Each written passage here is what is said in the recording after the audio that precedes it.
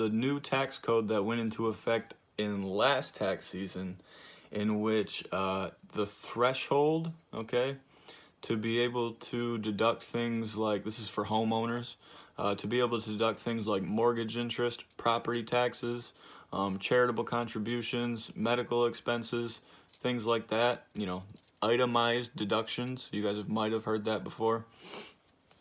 Especially because the threshold for that with the new tax code that happened, it went way up. You know, it's really hard actually now for, I would say, lower class and low middle to mid-middle class people to itemize their deductions with that new tax code. So while I brought that up, let's talk about that for a minute, because I've heard, you know, oh, I can't deduct mortgage interest on my tax return anymore, or my property taxes and such, and my taxes went up and blah, blah, blah, blah. So that's not necessarily true. So the way that it's called a standard deduction, or you can itemize your deductions. A standard deduction is just the government says, here's a number. If you can itemize your deductions and the number is larger than the standard, then you can take itemized deductions. Technically, you could still itemize your deductions even if it's less than the standard deduction, but that wouldn't make any sense because then you would be paying more in taxes. Okay? But let me see if I can try to explain, you know, how does the itemized deductions work, right? So let's say that you've got $3,000 in mortgage interest that you paid throughout the year on your house. So there's $3,000, right? Your property taxes for the year, we'll say, are around $2,500. So there's $5,500 in itemized deductions that you have, right? Let's say you donated to charity $3,000, either cash or worth of stuff. So that'll put you up to $8,500. And then you can also deduct the state and local taxes that you pay in on your itemized deductions, on your itemized deduction sheet. So let's say there goes another $2,500, right? So now you're up to, what are we at, $11,000? Forgive me if I'm off by a couple hundred, whatever, just get the point. So let's assume that you're single, because the standard deduction is different whether you're single or married or head of household. So let's just use single for now. So with what we just did, that was $11,000 in itemized deductions.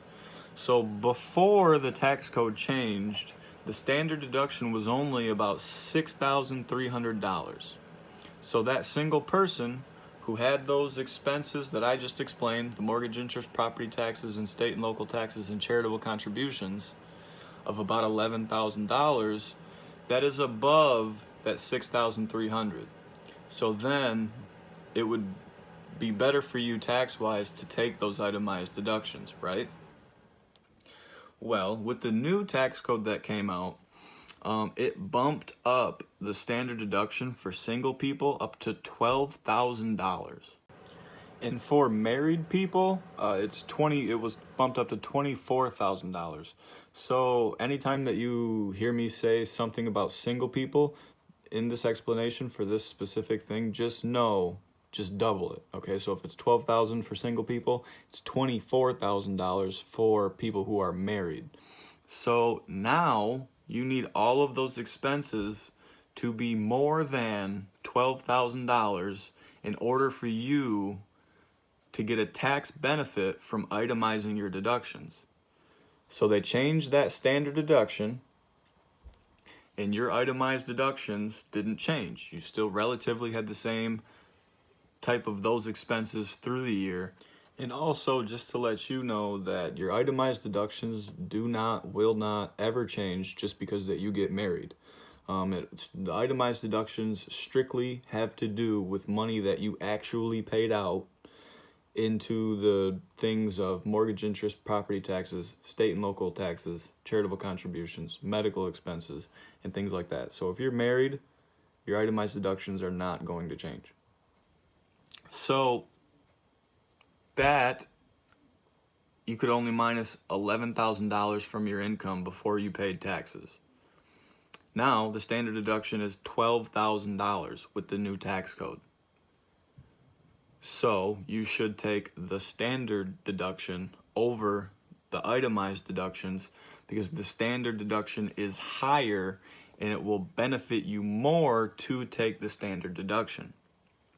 So just because you maybe went to your tax preparer and they said, oh, you don't, you can't itemize anymore, so you're not deducting your mortgage interest, property taxes, charitable, blah, blah, blah, right?